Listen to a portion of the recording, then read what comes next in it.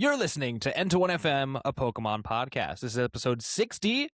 I'm your host, Glenn, joined as always by my lovely co-host, Johnny. How you doing today, bud? It's been a little bit. It has been a little bit. I'm doing all right. Hanging in there, having a good start to the week so far. I think.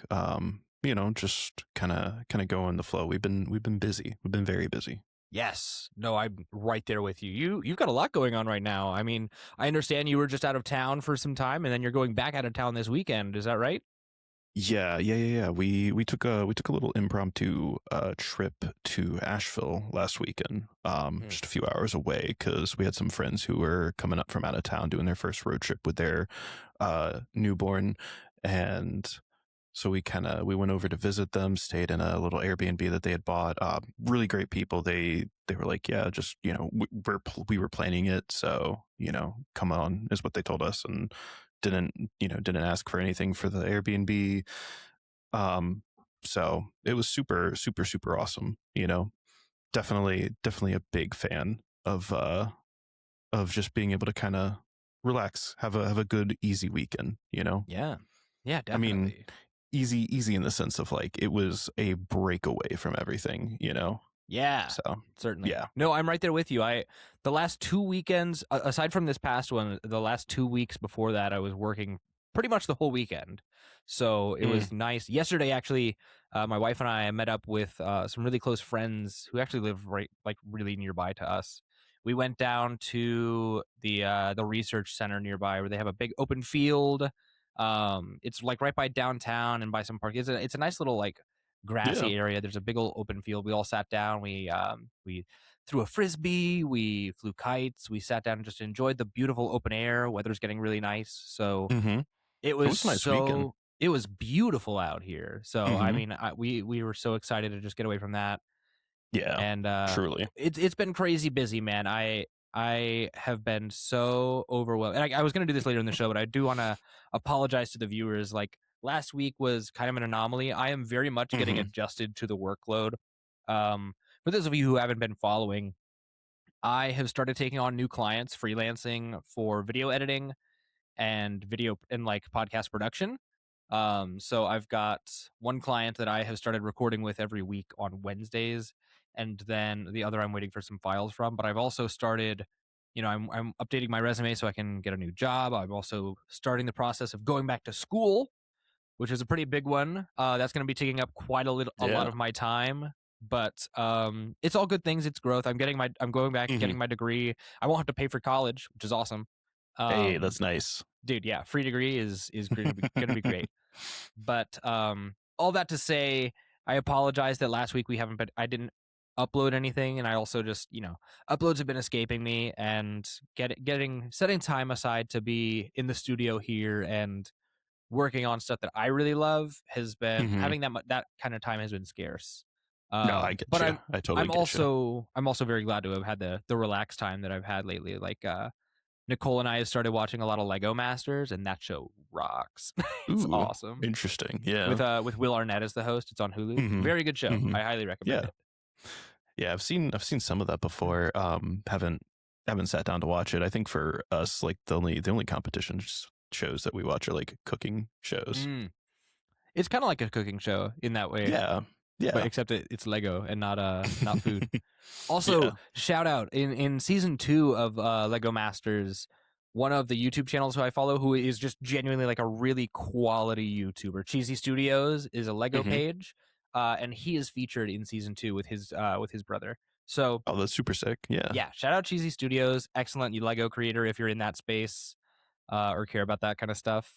I know I do. Oh, they're out of frame. You can't see them. I've got my Borak on the bookshelf behind me.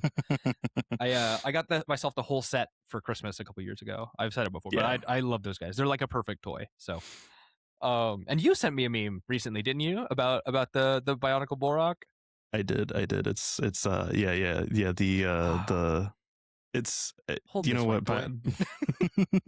Bionicles were one of my favorite things in my childhood, and I actually spent oh man, it was right before right before we moved up here to Charlotte. I spent a few months going through like an old Lego collection that I had.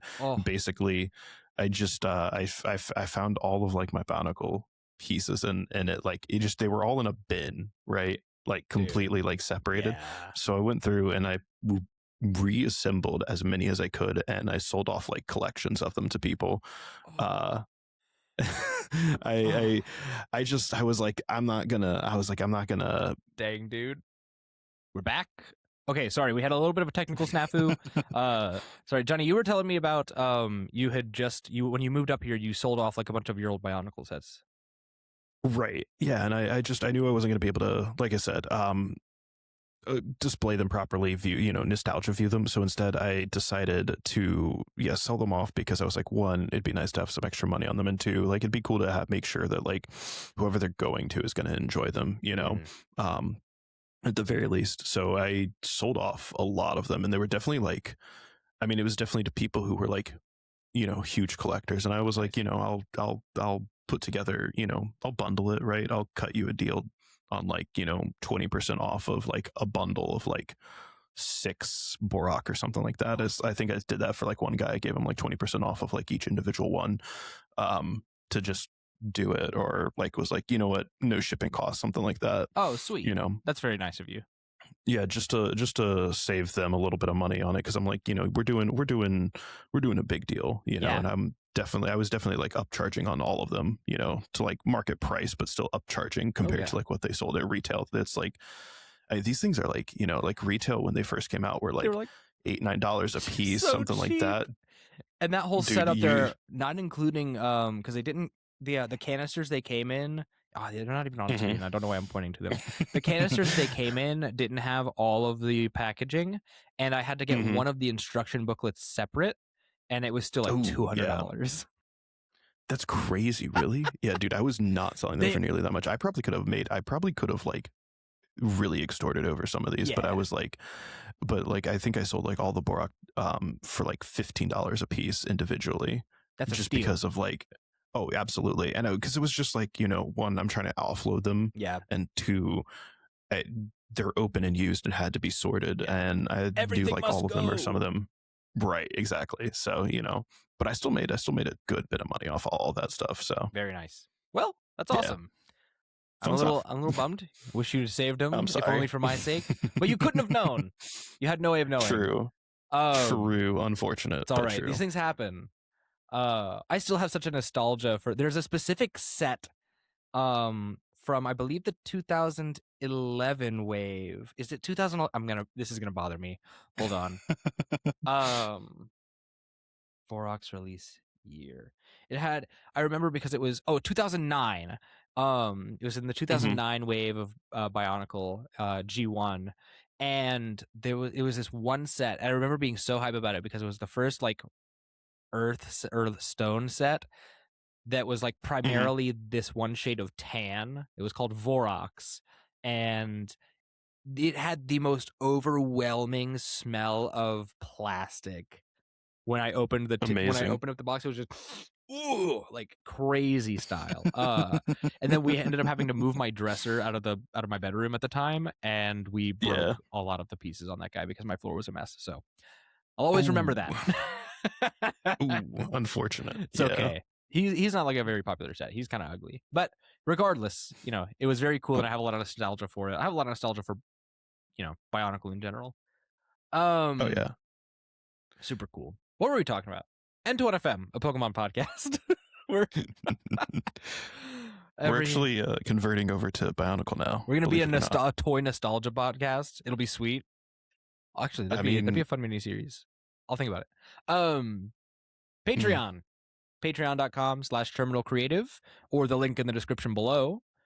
Early access to every episode of the show, as well as access to N1 Plus, our bonus show, which includes some of our recent episodes where we do our Pokemon hot takes. We've been doing our journey through Fire Red and Leaf Green for the Calyrex Game Corners Discord book club. And this week, we should have Booze and Battle 3 going live. It should be live on Patreon this Thursday, so if you're watching this on free feeds, it should be up right now, if everything goes according to plan. Booze and Battle, of course, it's why it's N21 plus, 21 and up, where we play a game of Pokemon cards, but every prize card our opponent takes, we take a shot. Usually just a beer shot.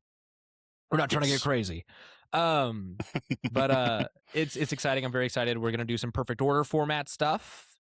I'm really stoked to get back in and do more of those. And we might have some in-person content coming soon, depending on how the chips fall. But don't quote me on that. Do not take my word as gospel. That's just all at the $1 a month tier. So I think that's a really insane value. If you want to get involved in that, be over there, check it out. We have a huge backlog of content for you to watch. It is really, really good stuff. Some of it's kind of slop. We had some Slay the Spire slop for a while that we never finished and probably never will. But Probably won't.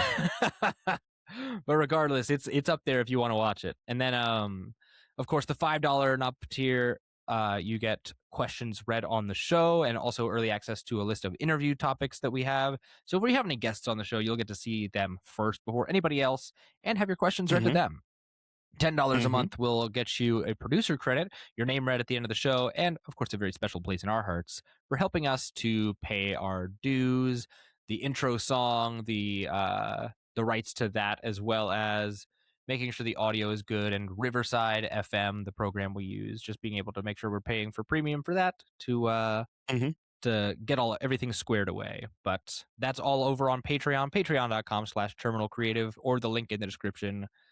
And then, of course, if you want to just support for free, you can join the Patreon for free. You can, see some of the free posts we have on there. There's not a lot, but it'll also give you a preview of some of the topics of our bonus content, and you'll be able to see what you're missing over there. And but if you don't even want to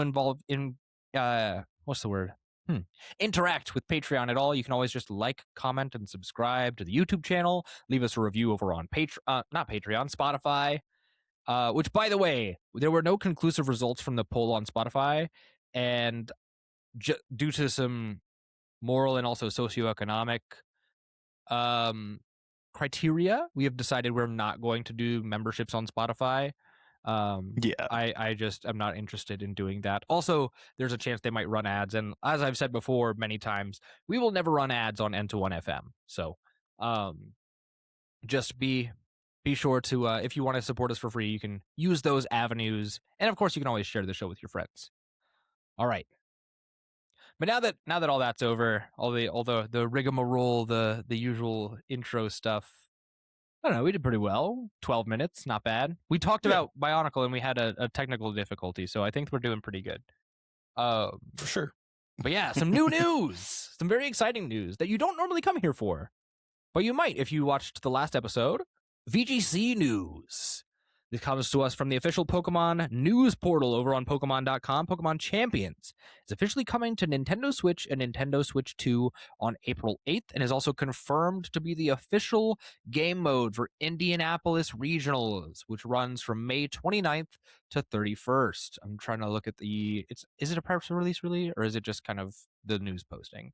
But it says here, get ready for intense Pokemon battles. Pokemon Champions arrives on Nintendo Switch on Wednesday, April 8th, 2026. The Pokemon Champions Plus Starter Pack bundle will also be available that day. This bundle includes the base game, along with in-game benefits like added Pokemon storage space, an extra battle song, and more. Nintendo Switch 2 players will also be able to download a free update to the game that allows you to enjoy the action with even clearer graphics.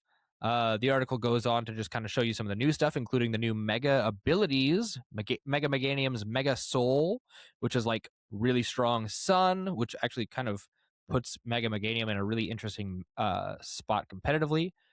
Emboar gets Mega Emboar gets Mold Breaker, which is a data point, and then Mega Feraligatr gets a what do they call it? It is Dragon Eyes, which will turn normal type moves into dragon type moves and boost their power by 20%, which is a crazy ability. That is pretty sick. Johnny, what are your thoughts on Pokemon Champions and it coming to Nintendo Switch and Nintendo Switch 2 on April 8th, 2026, just in time for Indianapolis Regional Championships, May 29th through 31st? I mean, I think it's fine, right? They're giving, it looks like, in my opinion at least, they're giving VGC players plenty of time to like prep for the event. You have nearly 2 months, like nearly 2 full months. It's going to be about 7 weeks of practice time between April 8th and that weekend in May, the end of May. So It also means that it's going to be only in a few other events for the rest of the year, since that's so late in the season, Mm-hmm. for competitive events regardless. So yeah, I don't necessarily mind it. I think that that's totally cool. Yeah. You know, speaking as someone who does not play VGC, I'd be interested to see what like some VGC players think about it, in comparison to like maybe my takes. But um, I think it's fine. I think the biggest decision really is just, and maybe this isn't as much of a problem for VGC players, I don't know, is the fact that uh, you will have to like deposit your Scarlet Violet teams into Pokemon Home, Mm-hmm. and they are not coming back after that. So Okay, is that true? as far as I think so, based on the, and maybe I'm misreading the graphic here that is on the website, but they have a graphic that shows depositing and withdrawing Oh, yes, I between see.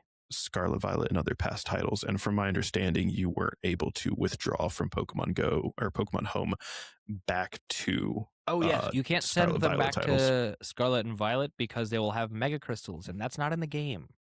Right, exactly. Yeah. So you can only go deposit and withdraw between Legend ZA, and that's it. Um, so Interesting. like I said, I think that's fine, because if you're a VGC, I would assume if you're a VGC player, right, and you're want to continue being a VGC player, then you're switching over to champions from Scarlet and Violet. So Yeah. it doesn't really matter what's happening. But at the same time, I can understand like wanting to keep some of your prized Pokemon in like the most recent, standard Pokemon game, I guess, non-Legends type game, Yeah, like a mainline for game would make sense. for the purpose of like, just if nothing else, than to have your Pokemon in that game because you enjoyed it for some reason. Sure. Not saying that not saying you enjoyed it for some reason like Scarlet Violet are bad, but more just if that's like your reasoning. I don't know. That's my only like questionable thought, but like regardless, the same stuff exists. You can transfer Pokemon Go Pokemon into Pokemon Home. You can Sure. transfer deposit and withdraws Pokemon from ZA into Home. And then you only deposit your Scarlet Violet Pokemon in there, and then afterwards it's just sending to visit for Pokemon Champions. That's right. They get sent back automatically after a certain amount of time, if I'm not mistaken. I believe so. They actually have the information here. Only Pokemon that appear in Champions will be able to visit from Home. Pokemon you've recruited in Champions cannot be deposited into Home. So there's some sort of aspect of being able to get Pokemon in Champions. Perhaps like rental stuff or something like that. That's curious. Yeah. Pokemon you have received through mystery gifts or elsewhere in Pokemon Champions cannot be deposited into Home. Pokemon you bring over each game via Pokemon Home are limited to Pokemon that appear in those games. If Pokemon are brought over as visitors, no moves, blah blah blah. Yeah, we can't. You'll need to change these moves via. So they have some sort of. They have a training mechanic that is going to be part of Champions. I'm truthfully, I'm not like fully up to date on Champions and everything that it's offering, but they're saying that moves that are special to like a game won't be able to transfer to Champions. Right. You'll have to train them in Champions, and then training done in Champions won't go with them when they return to Home. Yeah. Which is interesting. It seems like the way they're doing it is they're making what I think is a good idea. They're making Champions its own, and I kind of talked about this with Rich as well last time on the show, is they're making Champions its own kind of ecosystem where moves that are they're making it so that they can control what moves and abilities and stats and this, that, and the third are available to players in Champions, so that they can but without having to mess up the way the stats work in the mainline games, which I think is a brilliant decision, and keeps the meta fresh month over month and event over event. Yeah. So I'm in favor of that. It's just it'll make it a little more tedious to get your teams together, but I think overall it'll be fine. Yeah, and I think it's fine too, in the sense that like they want to have. It seems like PvE versus PvP type of stats, Yeah, you know, certainly. essentially. And I think that's super fair. I think that's something that Pokemon has kind of missed over the years, that this really helps out, like having stat balancing based on having stat balancing based on the environment and everything. One of the big things, I guess, like for like something kind of equatable, right, is like playing in like the Souls games. You know, there were like certain, if you played like Dark Souls, like Dark Souls 3, there were like certain like you know, soul level like caps that people were trying to hit for arenas because of certain stat balancing things and whatnot. And if you know, so you would actually like stop a character at like a certain you know, level in order to like properly match into other people for PvP experiences and stuff. And I think that's like kind of similar in a sense. It's just this does it a little bit more controlled. So yeah, it's cool. Yeah, Dig certainly. it. Very interesting. I'm excited about it. I'm going to start playing VGC, partially Okay. because I'm washed when it comes to TCG, but also I feel like I'd be able to get more VGC games in. And I'm excited about it. I've got some folks in the CGC Discord that are going to teach me the ropes. So I'll be getting into Champions for sure when it drops, and hopefully having a little bit of fun, having a good time, just being able to engage with the Pokemon franchise in a new way. I'm not giving up on TCG, by the way. I'm very much not. I just I need to gauge the level of my involvement. Yeah. I don't know. Like I said, the only thing I know about VGC is you build a team with like a Rillaboom and an Incineroar and a Landorus on it, and then some other dudes, and you win. Yeah, pretty much. Rapid Strike Urshifu, put him on the team. Yeah. Rapid Strike Urshifu. Sometimes Shadow Rider Miraidon or Lunala Miraidon. These are options you have. Maybe a Blood Moon. Yeah. There's just like, there's some dudes. Yeah. I want to get an Inteleon on the squad, but they'll never make my goat good. Unfortunate. All right. Moving on to TCG stuff, though. Rotation. It's live over on Pokemon TCG Live. And that means all of G Block is gone. That's correct. The first set of silver border cards to leave the format in its entirety. So very interesting. Yeah, actually, this is all of Scarlet Violet base through what was it? You still can play them right now, but only through trainer trials. Ah, I see. I believe that they realized that by doing rotation when they did it in live, it would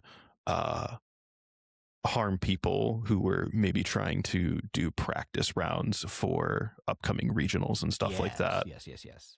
And because of that, they said, oh, we probably shouldn't just like do this, but we want to also like promote the releases as quick as possible since sets release.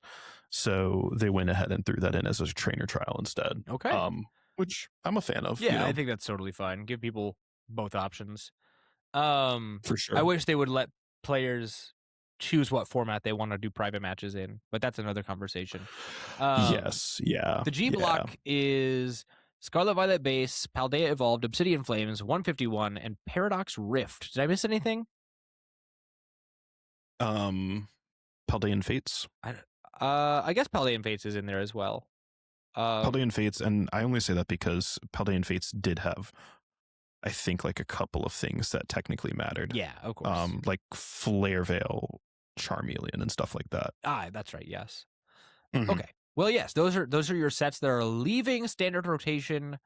And Johnny, I thought it would be fun for you and I to go through and talk about some of the cards we're really excited to see leave and some that we're not so excited to see leave. Something that maybe we think will be better for the format if it stays, or you're just happy to see it go. Yeah. Do you want to go first? If not, I've got something lined up. If you've got something lined up, go for it. Okay. This one I wanted to I didn't want to like start with the obvious. But I will get to that one. I will get to the giant purple elephant in the room. But one of my favorite cards that I am very sad to see go is TM Devolution. In fact, most of the TM cards, I think they're all a very cool mechanic. I think they were terribly underexplored, but Devolution has a very special place in my heart. As longtime fans of the show or friends of ours in real life will know, I played the Rapid Strike Inteleon Urshifu box, the Charlotte Regionals 2023? Yeah, 2023, I believe. Which prominently features that card. It's a spread deck. It's super cool. I met Will Packett from Unplugged Gaming in New York, who I need to have back on the show actually sometime soon. But that deck featured 2 copies of Devolution, and I remember in round 1 in my second game against a Charizard player, I was able to Devolution and wipe his entire board. He was like about to promote somebody. He was like, "Oh, I'll just put this guy up." It's like, "No, you won't. Devolution clears your board." And I didn't want to be mean, but I was like, "No, that'll do enough damage to knock everybody out." So, sorry. Sign this link. Yeah. But Devolution's an awesome card, and I'm very bummed actually that I never played Frostlass Monkey Dory with Devo in it. Yeah. Because I get that. Especially after seeing Joseph Burke's performance with that deck last weekend. Yes. Which, by the way, huge shout outs to Charlotte for showing up at last week's regional. Joseph Burke was top 8 in Masters. We had a seniors player as well, if I'm not mistaken, or was it a junior? I don't recall exactly. I don't remember. And then we had a lot of people with really separated from it, but we had a lot of people with really good placements in our area last weekend. I apologize, I did not do my due diligence and get everybody's names who that was, but we really, really showed up last weekend. So I'm very excited about that. Very proud of our area. Very proud of our players. I think we did really, really well. So I'm excited to keep seeing us show up and show out at these regionals, man. It's always really exciting to see. But yes, Devolution. The point of that is I'm sad to see Devolution go. It's a great one. It's a cool card. It's really well designed. The TMs discarding after you're done with them is also really cool. And it means I never got to play the Rotom deck where you could just load a bunch of TMs on all your guys and have them do a bajillion damage and then they discard anyways. So Tool drop Rotom, dude. Drop Rotom. My goat. You can still do it. It's just not going to be. It's not going to be as awesome. Also, you're just going to be playing TM Machine for TM Fluorites now if you do that. So, yeah. Putting 4 copies of TM Fluorite in the deck. Jeez, Louis. They're putting fluoride in the water, man. Truly. Turn the TM discs gay. I don't like them putting TM discs in the water supply that turn the Rotoms gay. They're turning the Froakies gay. It's Team Magma. You know, I really liked Devo too. Actually, my first what was it? Sablezard build back in this was also during what was it? This was during Paradox Rift format actually. My Sablezard build was a heavy Devo user. I had like 2 copies of that card in there. I was Oh, no, dude. I was planning for Devo plays because at the time Charizard was like rocking the format and it was headed towards like its like crash course. That was Broken Zard. That was one format before Broken Zard. No, that was Broken Zard. It was Arvin Zard with Forest Sealstone Rotom. Yeah. That was Broken Zard.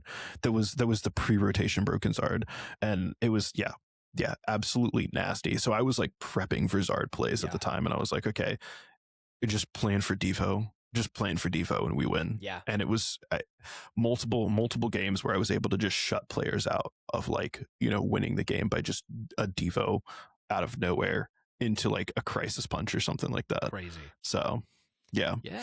Very cool card. Johnny, let's go to you for your first card that you're either excited to see go or sad to see go. I think we'll do one of my sad to sees first as well. This one is probably not to a huge surprise for people who know me, but at the same time, maybe because I haven't talked about it for a while. But Roaring Moon, I'm actually really sad to see Roaring Moon go. Oh yeah, I love that dude. I did not really used to enjoy it too much, and then after after playing locals and talking, especially with like Lily and April, and like really getting like a feel for it, Mm-hmm. I really, really enjoyed playing Roaring Moon to the point where like it became my main deck during Stellar Crown and Surging Sparks, Oh wow. back into Stellar Crown, and then pretty much most of Surging Sparks. It became what I played primarily, Yeah. and it was just such a fun card to play. It's really, I think Roaring Moon is a well designed and well balanced card in my opinion, as like a big basic where it's like it has like attacks that do damage, like a really big damage attack, but you need to have a stadium to get rid of to make it do big damage. Yeah. It was it has a delete button, but the delete button comes at like a pretty hefty cost. Certainly. At a time where like it's easy to get ruined by the delete button. Mm-hmm. But having a card like that, I think, is like really good for the format in general, because it was healthy to kind of like force people to play around at that time period. Yeah. And it brought me to, I think, one of my highest cup placement. Not my highest cup placement, but it brought me to one of my like better performing cups and one of my highest cup placements. So I really enjoyed playing it because of that. That was one of the other big reasons why I like it. And I'm gonna miss it. I'm gonna miss it a lot, actually. I think it's interesting that that's your pick. I'm right there with you. I have a soft spot for Roaring Moon EX as well. If you remember, I played a lot of Lost Zone box back in the day during that format. Yeah. When Paradox Rift first came out, and I was using it with the Hoopa EX with the Bandit's Fist. And it was that's really like cool. Paradox Box. Yeah, Paradox. That was a fun one. Paradox Box was awesome. So I really loved that deck, and I found a little bit of success with it. I didn't do anything crazy, but like I had a lot of fun playing it. I was people like knew I was on that, and I grew a fondness for Roaring Moon playing that list. And I actually, when Paradox Rift first came out, when I was like ripping packs, I actually pulled the SIR Roaring Moon out of it and immediately sold it because I was strapped for cash. So it is what it is. It was worth it because I had to have the money at the time. But no, that's so fair. It's interesting. Most of the SIRs I pulled from the Scarlet Violet area have been the big dinos, because I got a Raging Bolt as well. Oh, that's sick. Yeah. And then sold it so I could get entry into a pre-release. And then, like always happens, right after I sold the card, the deck actually became good and playable. So which leads me to believe that in the very near future, Seismitoad from Black Bolt White Flare is going to be a very good deck. Truly, Round is actually going to be good. Round is going to be good. They're going to release a really good Round guy. No, probably not. But yeah, so I am right there with you. I enjoyed Roaring Moon. All those like early ancient guys were really sweet. Future guys too. Yeah. Iron Hands, yeah, for sure. Also, he's not in my list, but like Iron Hands is gone, which is cool. I'm fine with that. Yeah. Yeah. Let's see, who else? Chen Pao, sad to see go. Chen Pao EX. Yeah. I played Chen Pao EX briefly, but whatever. I'm trying to think of what else was really good at the time, or what else is leaving the format that is really sad to see. Obviously, here's another one. Iono, I'm sad to see go. I have bittersweet opinions on Iono. Yeah. Because on the one hand, it's like it feels terrible to get Iono down to a low hand, but also with the current meta, you can kind of just draw out of it with Fez. Yeah. So who's to say, really? Cleffa will be sad to see go. I think, that's right. The draw Cleffa. That thing was good. That thing was fun.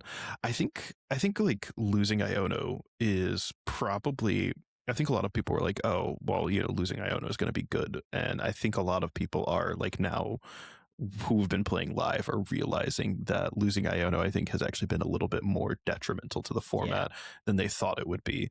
I think something that we lost that is, I think, legitimate, maybe complaint for losing as well, in my opinion, is Countercatcher. Yeah, Countercatcher. Well, I'm of two minds about Countercatcher. I think Countercatcher in the current format enables some really degenerate stuff with prize card manipulation, but it was valuable for the format in a vacuum. I think Countercatcher during the first kind of half of its life cycle, from Paradox Rift up until Shrouded Fable, basically. Yeah. It was kind of this card that I think was a situational pick, but definitely something that was worthwhile having in some decks, and actually some decks like completely disregarded.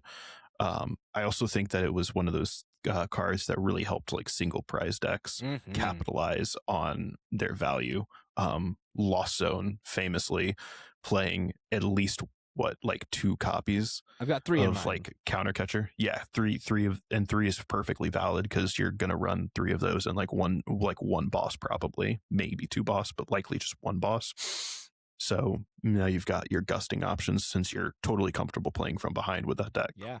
So Oh, here's another one. Sorry, I didn't mean to cut you off. No, Super Rod. go for it.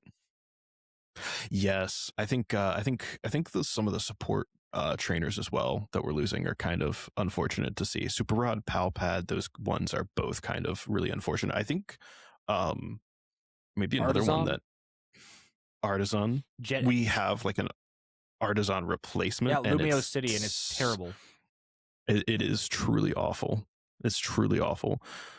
Jet Energy, like you were about to say. Yeah, Jet Energy is big. Luminous Energy, now that it's popular with Monkey Dory Frostlass, very big one. Yep. For sure. A lot of those decks, well, they can't even pivot to Prism Energy, really. Right. It's just not viable for them to pivot to Prism Energy. So yeah, a little unfortunate for them. Sorry, I'm I kind of dominated the sad. conversation. I apologize. No, you're good. You're good. I was gonna say one of the other cards that I'm kind of sad to see go in other Pokemon was Miraidon EX. And like having kind of, gone back to like that deck for a little bit in the last format. It was a lot of fun to just like play that again. But Miraidon was so pivotal, I think, in like making electric or lightning decks, possible. Right. And like I think a lot of lightning decks now are just going to be impossible to play in pretty much any capacity. If there's any like good lightning Pokemon at this point, I think there's like basically only a few. And they're all support. Yeah. It's like Magneton and Eels. Yeah, lightning truly is falling off, unfortunately. I think the only other thing you can do is like a Belly Bolt deck, which is like, don't do that. Don't play Belly Bolt, brother. It's not worth it. The Iono's deck is not good. Don't do it. Remember early when that was first coming out, when Journey Together was first coming out, and everybody in our area was like, "Bro, trust me, Raging Bolt Iono is tier 0. It's crazy." And I was like, "Is it?" And then it saw zero play because they all tested it and were like, "Wait, this is terrible. Terrible deck. Too long to set up. It's too long to set up. Yeah. It's way too long to set up. Not like Raging, especially at a time period where Raging Bolt could just do it faster. Yep. It's a shame. But it is what it is. Now, I think as far as cards that people are probably happy to see go, and I think both of us are happy to see go. First of all, thoughts on Charizard. Are you happy to see Charizard leave? So Charizard has grown on me. I was playing Mew VMAX when Charizard came out. Which, as you know, had me hating it. Yeah, absolutely. I distinctly remember a friend of the show, April, who you mentioned earlier. She and I sat down one time, and she was playing Broken Zard at the time, and I was playing Mew VMAX at the time, and we swapped decks. And first of all, it was definitely like giving drugs to a person who's already down on their luck. Because I immediately saw like her light up like, oh my God. We like had a conversation about it. We're like, this is gross. And I felt the same way about Charizard as well. Like it was a broken deck at the time at its peak. And so I have immense respect for Charizard, especially because later on in its life cycle, it became a much more reasonable deck. It didn't feel as gross and it didn't feel as bad to lose against.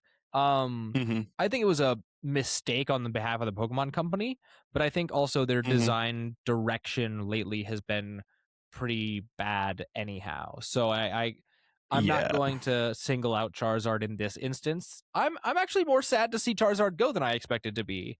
I think that's fair. But yeah, I think that's my main takeaway for Charizard. What are your thoughts I think that's on something like Goldengo leaving as well? I I'm gonna be honest, dude. I just hate Goldango. It's not even like the card. It's, dude, I just hate the design, man. I'm so happy to see the card leave because the design is stupid. I don't think it's a good Pokemon design. I'm so sorry. I think that Goldango, I truly feel for Goldango fans because it started out as kind of like a cult deck almost. Yes. Like it was like it had like a dedicated group of like, you know, a few people. You probably had like one person in a locals when that card first came out who was just like, no, this card's good, trust. It was back when it was ran like, it was Greninja Palkia in there. Yeah, you ran Greninja Palkia, Pokestops, and it was just like go, draw through a billion things. Oh, you discarded your energy, it doesn't matter, we have superior energy retrieval. You know, like it was the hype. Just discard a billion energy, get it all back into your hand, and blow stuff up deck. But it just couldn't quite reach, I think, because it was dealing with like a faster format at the time that was favoring like big basics at the time, especially. Like there was, I mean, at the time we were dealing with oh man, what was it? We had Roaring Moon decks at the time. We had Lost Zone decks at the time. So Lost Zones just outlasted it. Yeah, it was in a time period where it couldn't quite make a name for itself. And then after that, it fell off a little more because it then hit a time period where like the stage 2 decks were over dominant and the big basics were dominant. And then it hit the time period where Drago dominated a format for 6 months. And then it finally, I think, had its chance really after the last rotation. And so we kind of saw within the last year, it suddenly just blew up as like a kind of like niche cult following deck to like, this thing is seeing 20%, you know, play really at a good regional, right? Like that's pretty impressive. I think that's like, and that's why I say like, I feel for Goldango fans for like losing that, because it's like, you know, the ride or dies were like, you know, on it so much. I mean, if you were a Goldango head, you were a real Goldango head. It was if you were playing it, you loved that deck. So I totally get. I definitely feel for the people who played that deck really hard before it was cool, and of course all of those other things. Like it was a good deck back in the day. It was not as good as it currently is, but I mean, I don't know. I'm not super bummed to see it go. I know for sure. Our friend James, of course, is the golden goat, as it were. Yeah, truly. But like he's moved on to his new deck that he's loving. So I'm happy for that for him. Yeah. I don't know. I don't have no crazy attachment to Golden Go, but it is what it is. What other big decks were there or cards were there featured from G Block? I'm trying to see here. Oh, we discussed Miraidon. We hit Raging Bolt. Here's a big one. Raging Bolt. Moon. Yeah. What's up? Which one? Pidgeot EX. Oh. Yeah, I think that So here's my take on this, right? People complained about Broken Zard a lot because Broken Zard had issues with just, I don't think Broken Zard by itself, like in a bubble, Zard itself was not like this crazy amazing card. I think it was really strong. I think it was maybe a little overtuned, but I think by itself, it wasn't inherently as broken as people thought it was. I think that at the time of Broken Zard was when it really was overpowered because of what it was surrounded with. And what it was surrounded with was Arceus V-Star and then Pidgeot EX. And then it also had a single prize attacker in the form of Radzard, you know, that it could just drop and blow stuff up with. Like it had these like ridiculous tools that it could access. And Pidgeot EX, I think, as time went on and people realized that Pidgeot EX was like just kind of like slottable in a lot of other decks, they realized how overtuned that card actually is. And even as its own deck in Pidgeot Control, I think it is astoundingly good. I mean, yes, I love Pidgeot Control was nasty. I love a control deck, and I'm excited. It's a shame to see it go. I'm excited for Zoroark Control to make a comeback, to show up and show out. Trust me, it's real. But what are your thoughts on Draclo Control then? Draclo Control is bad because those guys have very little health, and Zoroark has a bunch of health. True. Unfortunate, but true. And Zoroark can capitalize on you doing a little bit of damage to it. That's true. That's true. I'm trying to see what else there is. I don't have like a full list of all the cards that are leaving the format. No research feels bad, but I mean, it is what it is. Yeah. We're relying on Carmines now, which is not as fun, unfortunately. Less fun, but it is it's okay. Yeah. I don't think there's we're like purposely avoiding the big one, but like I don't think there's too many other decks. Yeah, let's not belabor the point. Offenders. Let's not belabor the point. The bad cards that we are excited to see leave. Rest in pieces, Gardevoir EX. Get out of here. I'm glad you're gone. You terrorized the game since you came out. You got I think Gardevoir got a Worlds deck 2 out of 3 years that it was legal. Two Worlds decks. 2023 and 2025. That is very exclusive company. That's very rare air to breathe. Is a 2 World Champs deck. Someone, and unfortunately, I don't have the stats in front of me. Someone posted them last year over the summer, just after Worlds, but there was some information in regards specifically to Gardevoir as a deck. This is like the third time, so it was the third time I believe that Gardevoir won Worlds. Yeah, as a deck, like as a Pokemon, it's the third time that Gardevoir won Worlds, as a printed card and a printed deck focal point. It was in this case, it was the second time this specific card was in Worlds and won Worlds, and it's like, yeah, Gardevoir, as cool as it is to see a card be that, I think, effective to a format. And as cool as it is to, once again, I will say I was right about Gardevoir. People said on the lead up to rotation, people were saying Gardevoir's not real. Last year, they were saying Gardevoir's not real.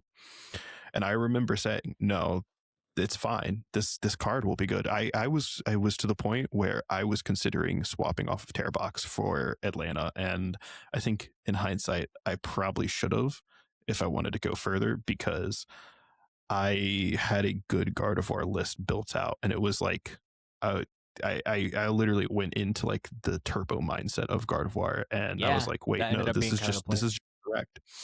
And I think it was just cool. It is cool to just see this deck evolve over time. You know, the first version of it with Mirage Step Curlia and Refinement Curlias, and using the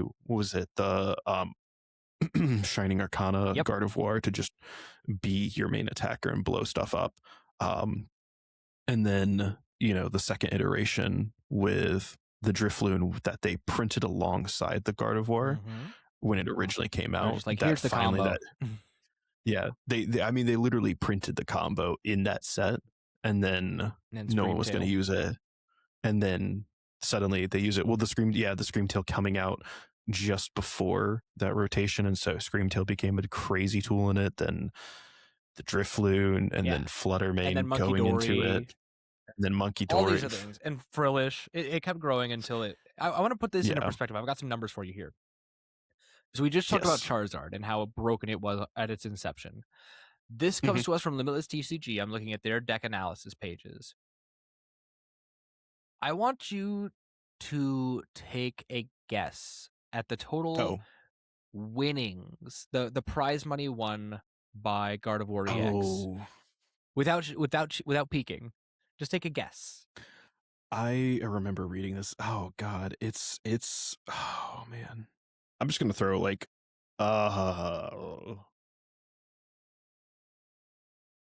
say like 500K. All right. That's So Charizard, is that either too Charizard low or too EX, high? Charizard EX won $940,500. It won 12,287 Okay, points. yeah. Had I'm 124 way off then. regional top eights, including 23 wins. Had I'm so off. 19 international top eights, including 4 wins. Mm-hmm. Gardevoir EX. I'm going to go backwards for the dramatic buildup. It had 46 international top eights, including 4 wins. So over double what Zard had, including Broken Zard. 170 regional top eights, including 33 wins, which is 10 more wins than Charizard and like 30 more top eights.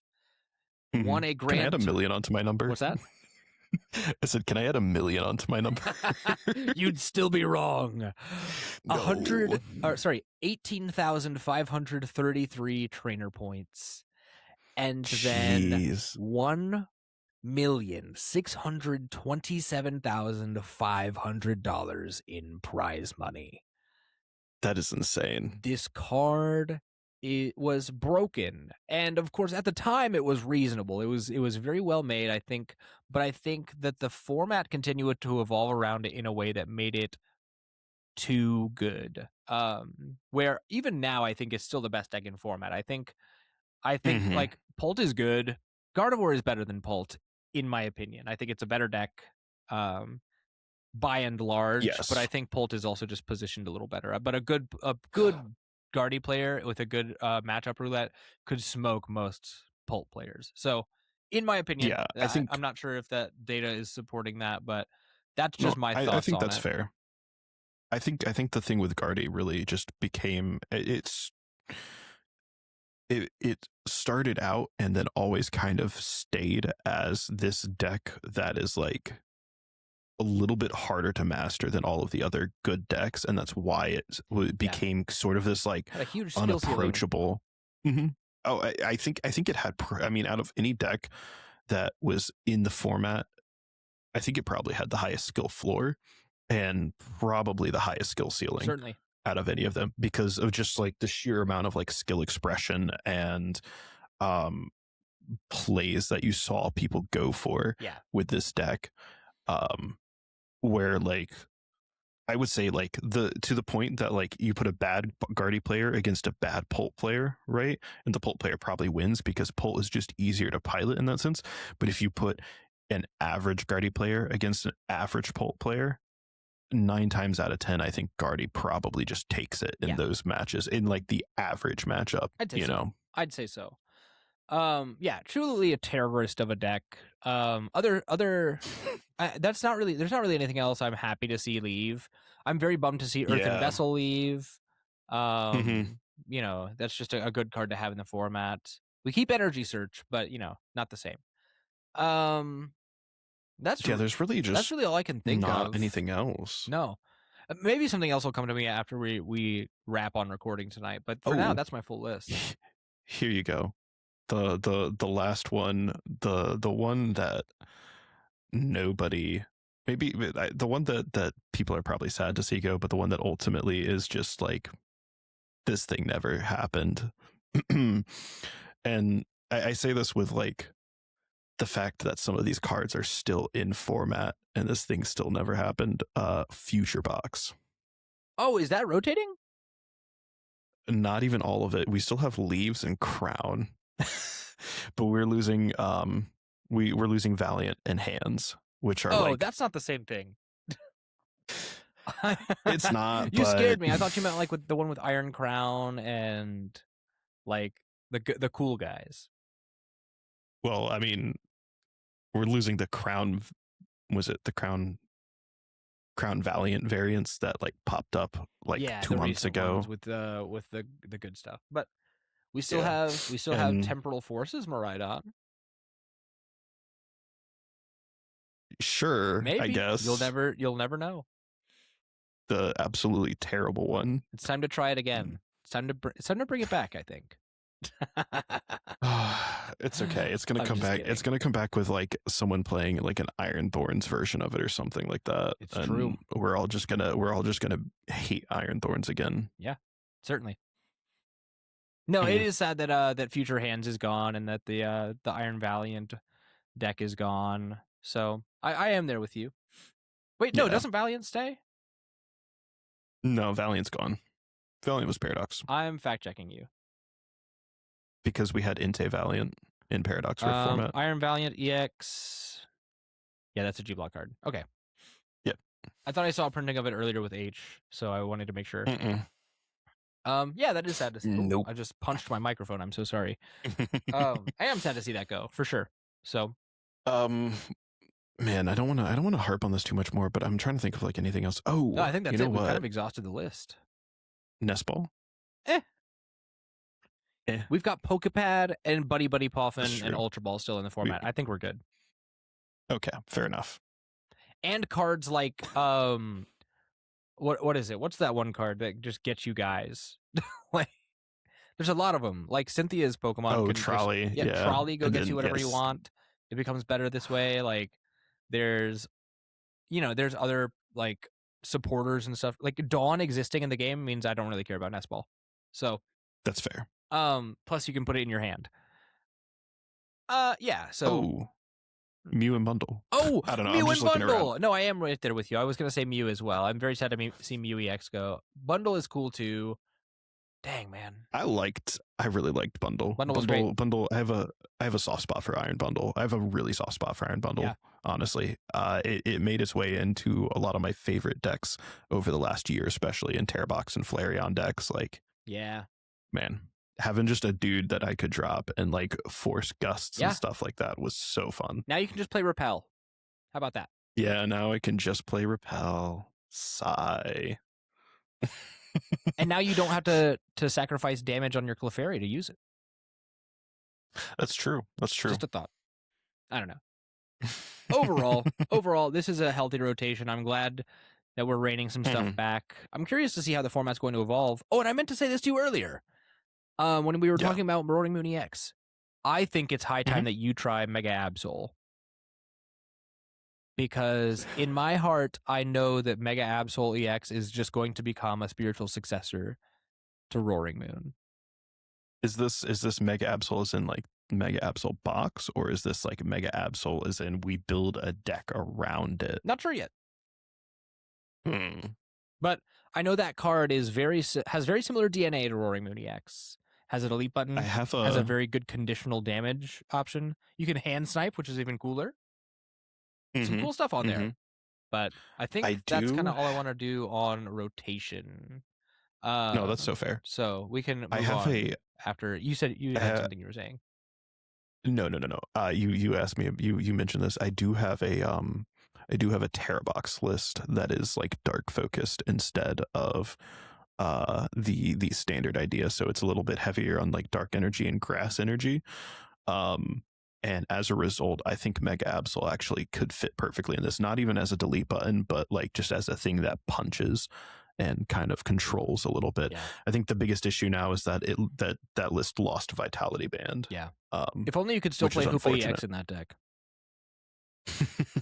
True. That'd be pretty sweet. Yep.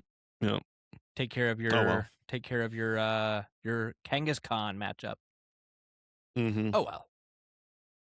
It is what it is. All right. Let's move on. We talked quite a while on the rotation. Let's talk about TPCI and some job postings they've put up. This comes to us from their official LinkedIn page, the Pokemon Company International, with actually some pretty recent jobs posted. Let's see. I've viewed a lot of these. I'm only going back 1 week, but it looks like that would be fully caught up anyhow. So, this is important. They've got a competitions manager for the trading card game. This would be a hybrid position in Bellevue, Washington. And the job title is Competitions Manager Trading Card Game. The job summary: manages competitive structure and support execution for Pokemon Championship Trading Card Game events at regional, international, and world championship events. prepares annual plans and regular event reports for competitive TCG programs in coordination with overall Pokemon championships, team, and strategy, drives creation of new ideas and programs for the competitive TCG space, collaborates with operations, marketing, legal, and product development teams to ensure aligned direction across the organization.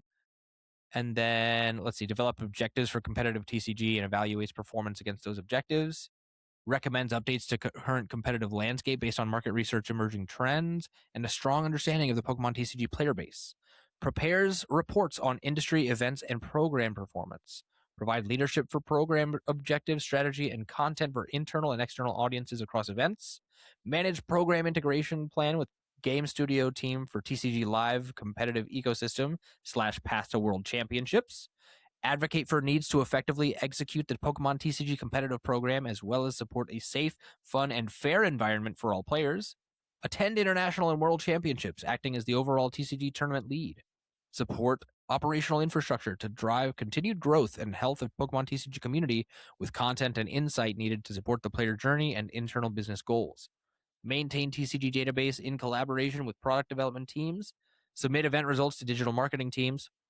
support broadcast teams to help drive live stream viewer engagement, effectively manage championship points structure for TCG events, collaborate with marketing teams to proactively inform audience of competitive changes and programming updates, and collaborate with events and championship operations, production, and broadcast on competition management. This is big. This is a very big thing.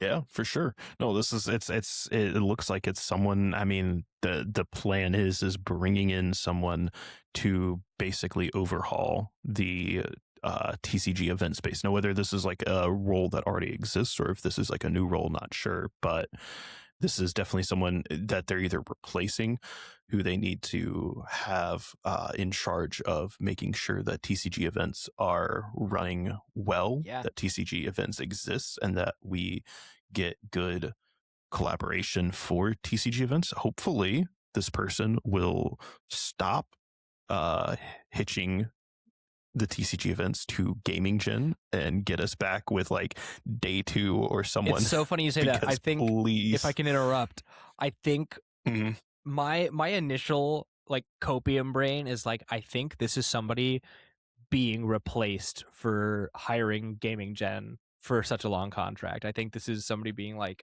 or the higher ups being like, you have to go because Gaming Gen is killing our reputation. It's definitely that's definitely like tinfoil hat, but I like that tinfoil hat, so I'm gonna agree with you there that it's either that or it's that they didn't have this role and they're just going they're just going you know, Marvel post credits scene Thanos, I'll do it myself kind of deal, you know, just like it's literally just Josh Brolin like coming out like saying, okay, I'll do it myself. Yeah, I'm taking. It's literally that. Like I'm kind of hoping it might be that, honestly, that they might just try to take over, not try to take over, but like effectively take over the competitive branding and organization of their events, which I think would be good. I would prefer that Pokemon take over the ownership and lead on their own events, you know, and create the identity behind it with that, instead of just throwing everything to a third party to, you know, handle events. Because it feels really weird almost that they're like a company that does it, you know? Yeah. I'm not sure how I feel about that. I think there were third parties that were good at doing this, and I don't mind them being the ones to do it. But I'm also interested to see if this is the direction that they're moving, that if they are taking things into their own hands and making their own organizing their own tournaments. I'm interested to see how those look, because obviously they're in need of it. What I'm most curious about with this, though, is I hope whoever gets this job, I hope is a very public figure. Mm-hmm. I don't know that will happen, but I think they even described it like that they'll be attending all of the events to like see what's going on. I think it would be awesome to have like a person we can look to and be like, you're the TCG guy. We can And of course, like there would be like community management and requirements and stuff, and you'd have to monitor things and moderate to make sure people aren't wilding out, which is why I don't think this will Yeah. happen. But imagine having a one guy that you could like just add on Twitter and be like, "Hey man, make sure you print something in the next set that make sure you're not printing garbage like Gardevoir EX in the next set," you know? Yeah. Or just like Well, it's or kind of and maybe funny. that's a bad take, but like just a person to look to that's like, we know that you're putting on this event and you're the person in charge of quality. So we can have a person that we can either give our feedback to, or we can give our feedback to, whether positive or negative or constructive. Like we can just Mhm. be like, hey, this event banged. And it doesn't feel like it's maybe getting just shouted into the void, but instead that there's a person receiving that information. Mhm. And they're Yeah, boots for on the sure. ground, which is important. Yeah, I think that's the biggest thing, is having someone there who's a public face who handles the events. Having, it's we need a person like that, Yeah. essentially. Well, so The way that like Nintendo has, like a recognizable CEO, that kind of thing. You need someone who's public facing for the company, certainly. who's a recognizable name and face, who will be there that people can just interact with. I think would be great, even if it's not at every regional. Have them at the big international events and worlds, to kind of like show up and be this face that leads the TCG on a competitive level. Yeah. It's funny. They're offering a handful of jobs here about TCG and even events in the near future, because the Hmm. next one up is a senior manager of event security and safety. Hmm. Um, I saw that one. and then a There's a workplace services manager. Then the next one that's also very exciting is a game designer 3 for the trading card game. I saw that one, Yeah. which is, I think it's cool that they're hiring, whether that's just to again fill a gap that was left behind by someone else, or if they're expanding the game design team. Not sure, It's not a but fixed it's contract, so always nice to see that. I think it's an in-house position. Yes, I mean that's probably the case, if it's, especially because like the title is listed as 3. It definitely means that this is going to be someone who is should be on the team already Yeah. and is just getting a promotion up. Um, but with that, what that also means is that they post these things online because in all likelihood, the position probably has to get posted online in order to technically meet like fair hiring standards and stuff like Sure. that. That are like set forth in some capacity. But regardless, I think it's cool to at least say, like, show that they're trying to like bring people Yeah. in some Well, capacity. there's also like a TCG sales manager, a TCG press channel Mm-hmm. distribution manager, who I want to keep an eye out and see who gets this job so I can try and get in contact with them. I'd Yeah. love to talk to the press guy. The There's a they lot. they reposted the senior community manager for esports and organized play as well. That's good to know. Which we talked about that one a few weeks back. I remember that one is kind of coming back, and it's as just like a posting, and it's pretty much the same thing as like a role of working on leading the kind of like strategies behind marketing the competitive aspects and the play Pokemon aspects and the esports kind of side of everything, trying to like get, I think, this level of like more excitement and gaming feel to the Pokemon in general. Yeah. Yeah. Well, I'm gonna rapid fire through the rest of these jobs listings real quick, because For I think sure. we hit all the big ones for the most part. The Hmm. next one is program manager, product and brand, bilingual Japanese and English.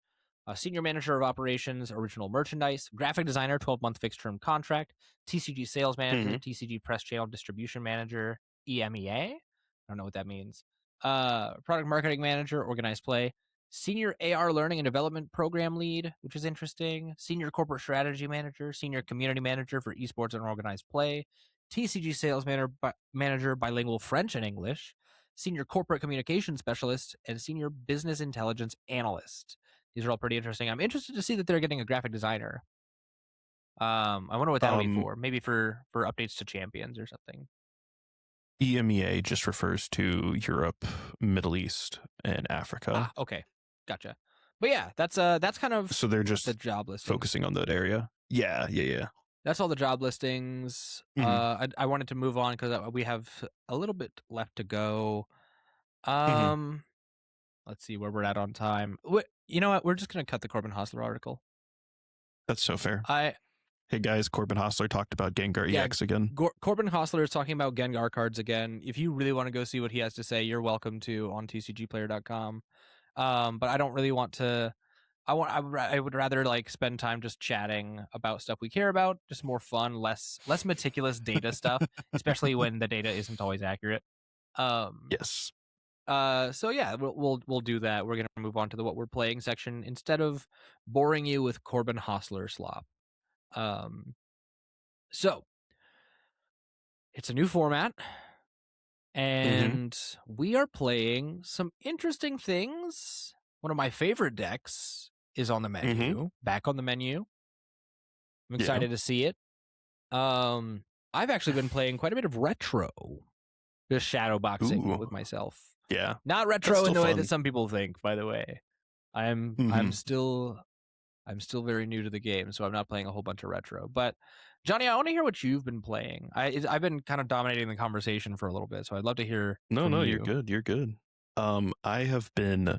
I'm going through because this was I used some city leagues to kind of get just some deck ideas that I wanted to try out immediately when starting the format, but I have been on an absolute. So I've been on 2 decks. The very first thing I picked up when I started the format was a I don't really.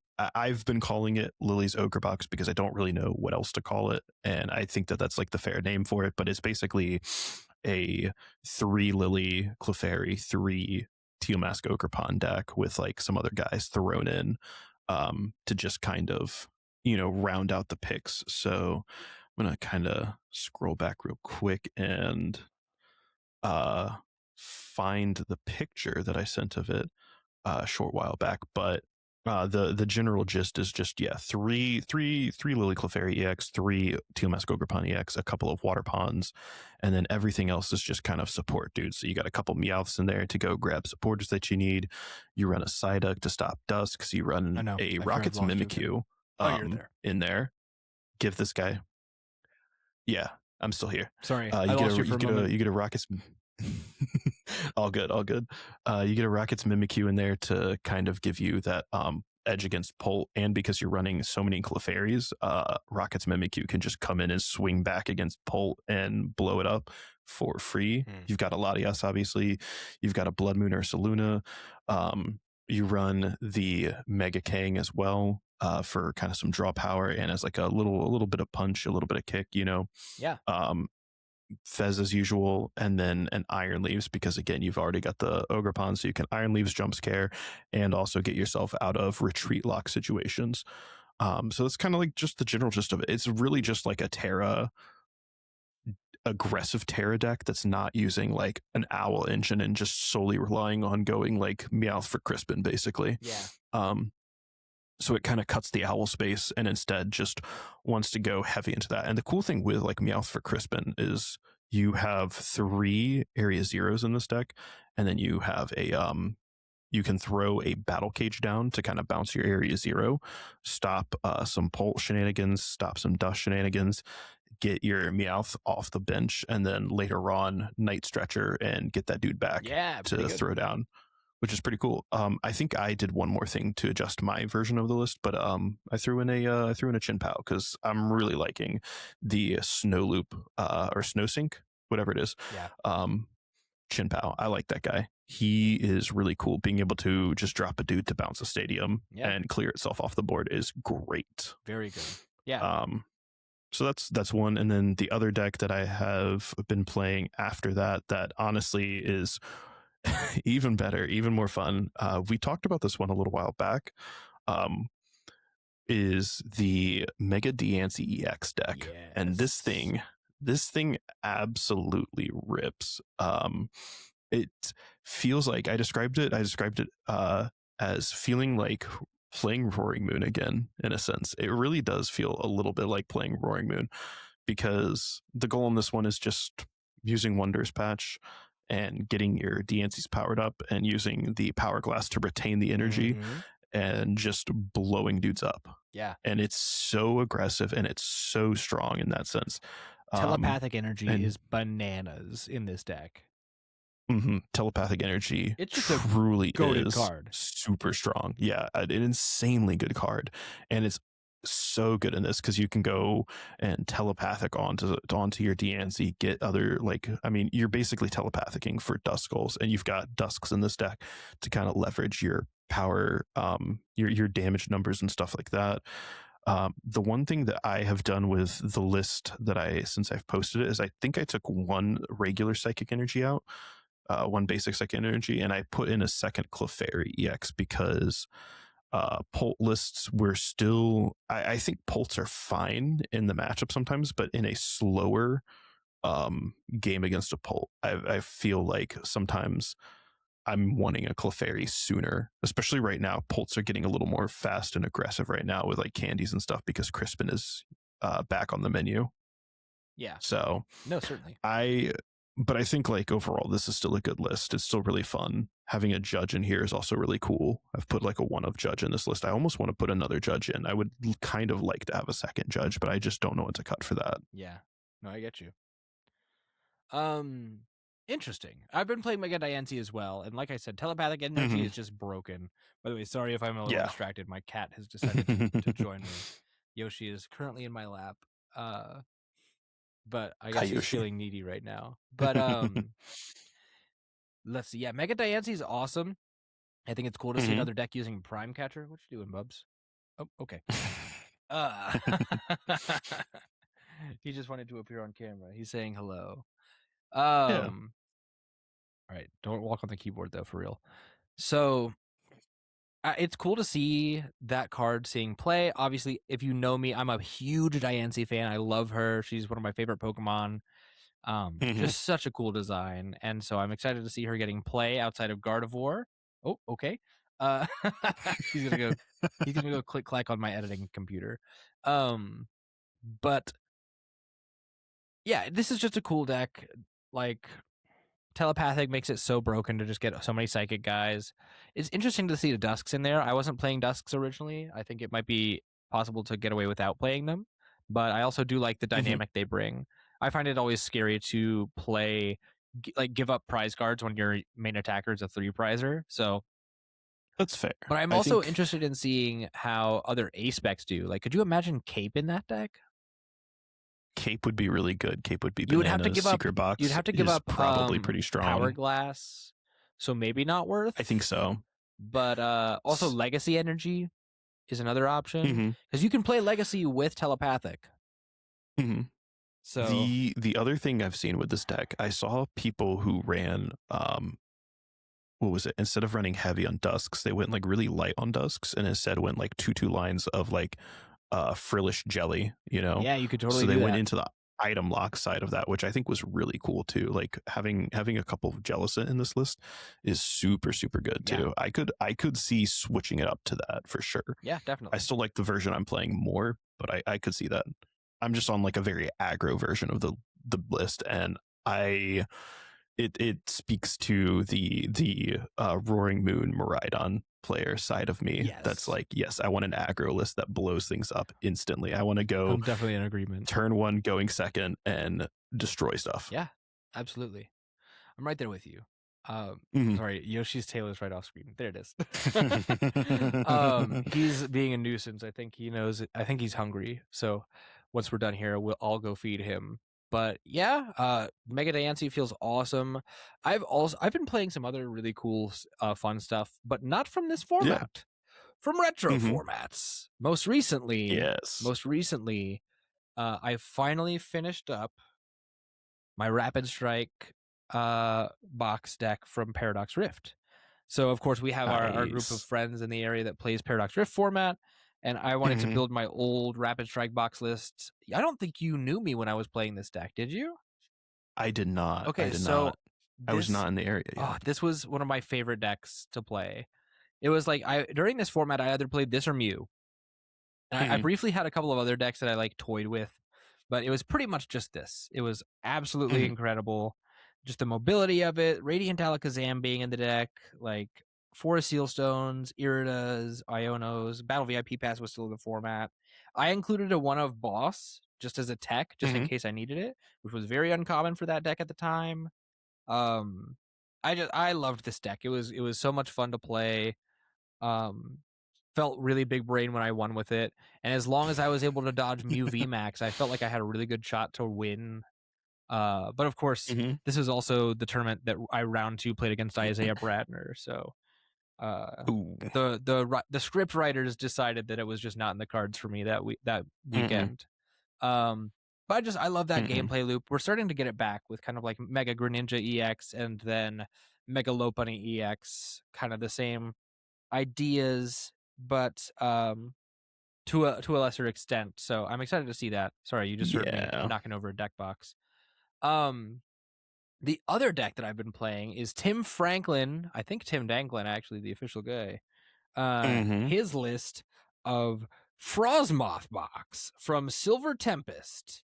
Yes. Frosmoth with the Ice Dance ability, using cards like Blockface Ice Skew, like Wild Freeze Articuno, like a Alolan Vulpix V-Star, and the Inteleon Mhm. engine with Iridas and a single Drapion in there.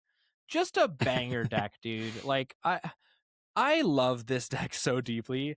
I need people in our area Yeah. to make some Silver Tempest decks so that I can play this because it feels so good.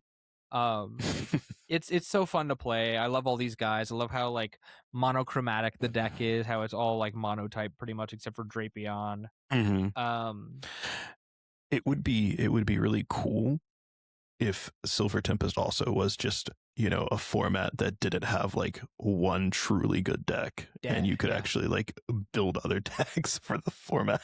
Well, you could have. That's what's crazy about it is like there were occasional Mhm. tournaments that like other stuff did really well. I mean, obviously Mhm. Frostmoth box performed well. Eternatus VMAX performed well. Arceus Duraludon Vulpix performed really well a couple times. So there Mhm. were definitely tournaments where other decks that were not Lugia showed up and showed out, but of course Lugia was definitely dominant and bad for the game at the time. But Yeah. I Yeah. look back fondly at that time because that was my first regional, and so I like to see these decks and kind of what they were like and kind of reflect on them. But I've been just shadowboxing with this. I finally got my optimal snoms in so that I can put them in there, the call for family ones. Mhm. And then I'll have it ready to go so that if anybody wants to shuffle up some Silver Tempest format, we can do that. Um, Oh and yeah. then last but not That's least, super cool. of course, I haven't had much time for Leaf Green, but I have made so much time for Marathon, baby. That game has me in a chokehold. It's so good. Sorry for the noise. Um, but it's such a good game, man. It's visually stunning. The gameplay loop feels awesome. It feels amazing to lose, which Okay. is wild. Like it feels so much better when you win, obviously. Mhm. But like even losing feels really good. You're like, oh man, that was such a fun gunfight. Usually, sometimes there's like rough feeling gunfights, but For sure. usually it's like, oh man, I lost everything. I gotta go back. I gotta go back in and do it again. No, Um, definitely. Dude, that's super it's sick. so much I mean, that's fun to always play. fun. The world is gorgeous. It somehow is very human feeling, but also entirely alien at the same time because it's far Mhm. future and like meant for human colonization in this world, but also like um at the same time everything has evolved so far forward in the future that things are like a little recognizable, but like you still aren't very sure of what's going on, and so this whole world feels very like unwelcoming, and they're like, no, you don't belong here, everything is trying to kill you. Other players are trying to kill you, the environment tries to kill you, there are plants that poison you just for being near them, like Mhm. um everything is making a bunch of noise, and like if you're not careful, like everything will make a bunch of noise and alert people to where you are so then they can come and get you. The bots are brutal to go against, and then like Mhm. all the other players are insane too, and so this whole world is telling you you don't belong here, but even still I'm like, nah man, I'm gonna get those guns. I'm going to come in whether you I want me do. here or not, and I'm going to get what I came for. I'm going to get out. I'll be out of your hair in a second. I'm getting this stuff. And there's nothing you can do to stop me. And then they do something to stop you. Uh, Yeah. but like it's so good. The gameplay loop feels incredible. I've got 24-ish hours in it right now. Which is a lot for me right now with modern gaming, and it came out pretty recently. Let me see, marathon release. That's valid. Marathon release date. March 5th. So it's been 25 days. I've been able to put in almost an hour a day with it. So that's pretty good. For my gaming habits, that's pretty exceptional. And I've been on 24 hours with it for a while. But yeah, that's where I'm at with that, and it feels so good to play. It's such a cool world. Yeah, I don't know, man. It's gorgeous. I highly recommend anybody. I'm gonna make a video on it soon. So keep an eye on the channel for that. But yeah, for sure, dude, just such a good game. Not Pokemon at all, but I'm obsessed. No. You can kind of assume going forward that I'll be playing Marathon during the what we're playing section. I don't want to bore you guys with it, so I'll try not to spend too much time talking about it unless I do something exceptional. But yeah. No, I mean that's fair. Yeah, just obsessed with that game. Yeah, no, that's super awesome. And you've been playing some non-Pokemon stuff too, is that right? Or just some non-TCG stuff as well? Did a little bit of non-TCG. I've been doing more Fire Red. I've been able to get further in that. Not going to go into too much detail. I'll save that for the Booze and Battle episode and give a brief Fire Red update when we do our next N21 Plus update on that. So, but it's been fun. I've been having a good time with that thoroughly. I've gotten a good bit further, so it feels nice. And then I haven't put too much time into it, but it's been overdue to talk about the fact that Slay the Spire 2 came out, and I did get to put a couple runs into it one afternoon. I've only done it with the fan favorites, the Ironclad and the Silent. But it's definitely a lot of fun. I've been thoroughly enjoying playing that. There's some really, really cool cards they've put in for these characters too. They just oh man, I'm itching to play. I've been watching gameplay from Frost Prime and from Hello Dado. Yeah. Both they put in a stupid card for the Silent. It's it's a rare appropriately, but what is it? Fan of Knives. Oh my god, what are we doing? It looks crazy. It's a power that just gives you, I think it instantly gives you it's basically what electrodynamics was for the defect in the previous game, where instead of orbs though it's shivs, and so it's it gives you 3 or 4 shivs instantly, and then makes for the rest of combat. Shivs are hit everything. Jeez, it's crazy. Stupid, dude. It's so busted. The game is super fun. Having a ton of just had a ton of fun playing it. And then this isn't what I've been playing, but this is it's kind of related to Slay the Spire, so I'll throw it in real quick. Sure. I actually today threw money at a Kickstarter for the Slay the Spire Downfall expansion from Contention Games. I own the base game. It's in a gigantic box over in a corner of our living room, tucked away with some other board games. And so the expansion was kind of shadow announced by them, and then they just started running a campaign for it, and it is super, super cool. I was going to ask if you thought there were any plans to update the board game as well for Slay the Spire 2. Yeah, so I don't know if they'll update it for Slay the Spire 2. I could imagine that they might as a Slay the Spire 2 expansion for the Slay the Spire board game, because that's kind of what this is in a sense. You are buying, I mean, it's using some new stuff, and it's almost a new game by itself. Yeah.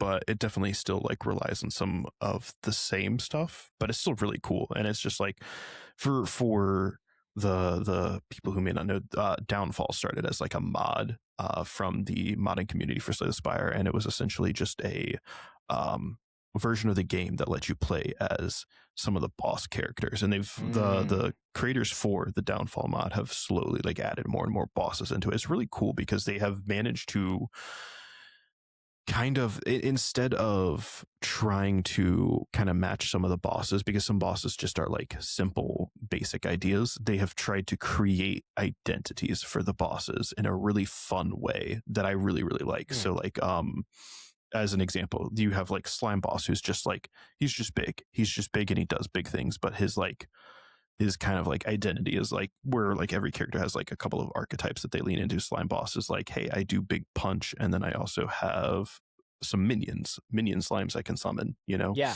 The Hexaghost has this mechanic that revolves around lighting the like ghost flames that it has around it, the 6 little flames around its body, and you can like play cards to kind of like meet requirements to light them until you can get to the last one, and then the last one lets you like drop like a really big super attack or something like that, in addition to like the cards you play. Exciting.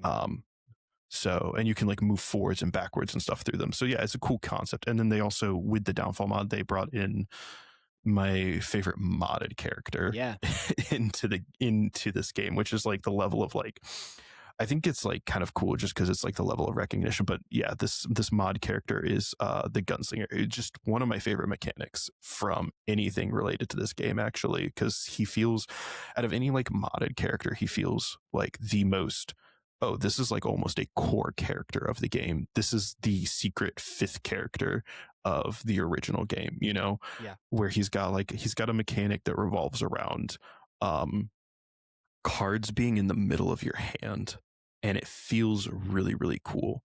So I don't want to like harp on that too much, but like without a doubt it's probably one of my favorite things to kind of see this company come out with this. So yeah, if you guys I'd be are excited to see anyone that who's kind of listening, thing on. You said it's on Kickstarter now. It's on Kickstarter.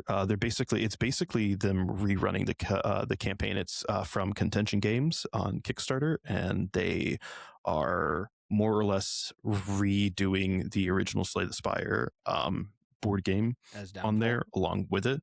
And then, well, it's the original board game and it's Downfall, and then you can kind of like mix and match pledge goals to like hit, like, you know, you could get the base game and the Downfall expansion and kind of stuff like that. That sounds really cool. We'll leave the link to that in the description below for people who want to support that. Yeah, a little bit of free marketing for Contention Games, but they have made the original one is truly, in my opinion, worth checking out. So yeah, that's all I'll say about it at this point. Very cool. Thank you for sharing. That's really exciting stuff. Mm-hmm. Well, that's what we're playing, and that's all we've got time for this week. So let's just say goodbye. It's been a pretty full one, but I'm glad we got to talk about what we did. Johnny, goodbye to you. It's been nice to see you again. I'll see you, of course, again later on this week when we do our Booze in Battle, which should be, if you're watching this on Free Feed, should be live now on Patreon, patreon.com/terminalcreative, or the link in the description. What have you got planned for the rest of your week leading up to the next, Houston Regionals? Is that right? Or Orlando, Tampa? Okay. Orlando Regionals. Yeah. Leading up to Orlando, what do you have planned other than packing? Just kind of making sure my GLC decks are ready to go. Getting my Dragapult deck kind of ready to go. Spoiler alerts, if you're listening to this and you're going to be in Orlando, you know what I'm playing. In Orlando, you know what I'm playing now. And outside of that, just trying to get as much work done as possible to like meet my hours for the week if I can. I'm actually going to be like that morning, like, we're leaving to drive down on Thursday, so it's going to be a full day of driving. And then Friday, I mean, because like registration and stuff like that doesn't open until like 11, I'm just waking up at like 6 or 7 Friday morning, logging onto like my work laptop and doing like 4 hours or so. Yeah, it's 4 hours that I don't have to take as PLA. So like I would much rather like not have to put, time off in for that and just like be able to do the work. I've got the laptop. I'm able to go in, it's more functional for me. Yeah. So well, that's good. I want to be able to do that. Yeah. And then yeah, if anyone is listening to this by Thursday or Friday and you want to meet up and hang out for a little bit, let me know. Absolutely. Yeah, please do. If not, I'll meet you between rounds, I guess. Sweet. Excellent. Well, enjoy. I think that's gonna be really awesome. Yeah. I'm excited to see you continuing the tradition of doing really well. I really hope you play well and do well out there in Orlando. Really represent. Mm-hmm. You'll have to take pictures Yeah. too, so we can put them Oh, somewhere or definitely. something. That's exciting. Definitely. Well, I've actually got a pretty busy weekend. I got to write a Mm-hmm. script for my marathon video. I got to get some footage. I've got to edit this Mm-hmm. show and then edit the show for the college. I'm starting to develop a little bit of a backlog for that show, so I need to really get on it. But I mean, it's mostly just working this week, so a little busy, Yeah. but it's all good things. It's going to set me up for success, and of course, hopefully getting a new job interview very soon, which would be very nice. Yes. Um, Dude, I'm hoping you get that, man. I'm hoping so I'm as really hoping you get well. that. I was looking at an education position, but now I'm looking at a reception position at an Atrium Health location instead, because Okay. the teacher job I was looking at, I'm still going to apply and see what they can offer me, but I fear I would, between not being exactly qualified and just I'm not sure they'd be able to afford me. Mm-hmm. I simply want to make sure that I hedge my bets. But Understandable. all that to say, it's a busy week. It's gonna be fun. I'm excited to get this show up. Maybe sometime this week I'll get an episode of the Leaf Green playthrough posted. But mostly just trying to get back on top of things and come back in swinging. All right. Mm-hmm. Yeah, Sweet. absolutely. Well, that's all for us. N21FM, a Pokemon podcast. Be sure to check us out on Patreon, patreon.com/terminalcreative, or the link in the description below. Be sure to leave a like, comment, subscribe, leave a review on Spotify. Leave a reading on Spotify. Share it with your friends. And go see Johnny in Orlando. I think he'd be happy to see you. Yeah, absolutely. That's all for us for this week. We'll see you next time. Farewell.